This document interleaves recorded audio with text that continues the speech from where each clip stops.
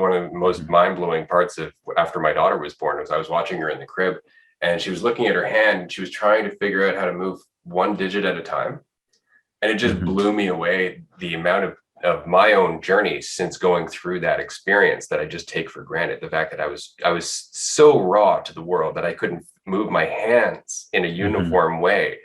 We go through so many stages of development, and it's so interesting. But originally, there's no concepts, there's no language. We learn that over time, right? Definitely. So I love the fact that you're trying to circle around that, because I go through the same thing. I'll have an insight and I'll go, ooh, that'd be a good one to share. And I'll look at it and I'll go, yeah, it's still pretty messy. I'm just going to leave that in there for a bit. And then a couple of days later, maybe a week, it'll come back. It'll just pop into my head, but it will have polished up a bit, right? It's distilled a little bit.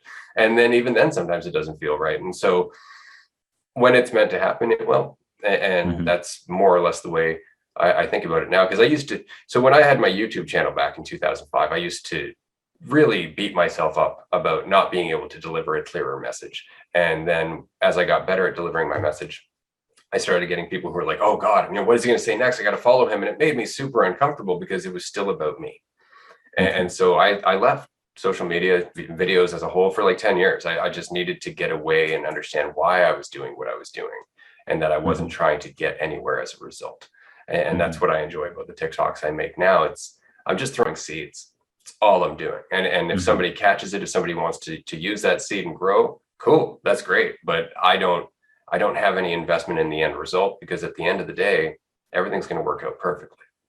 Definitely. Yeah, that's something I've been through countless number of ups and downs since I really just started posting content really at all, besides having my own personal Instagram where I post random pictures every couple months.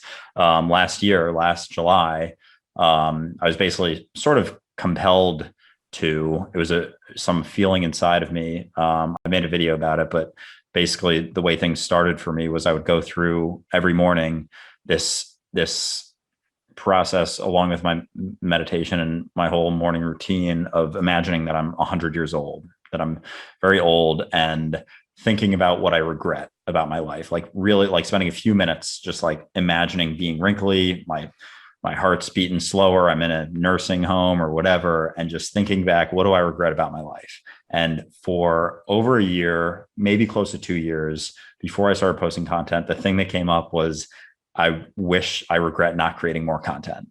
And I did that literally every morning for a year and a half. And the reasons that I didn't was I think the reason that a lot of people don't, like the fear of judgment, the fear of failure and whatnot. And finally got to a point last July and I was like, fuck it. I gotta do it. And I made a YouTube video.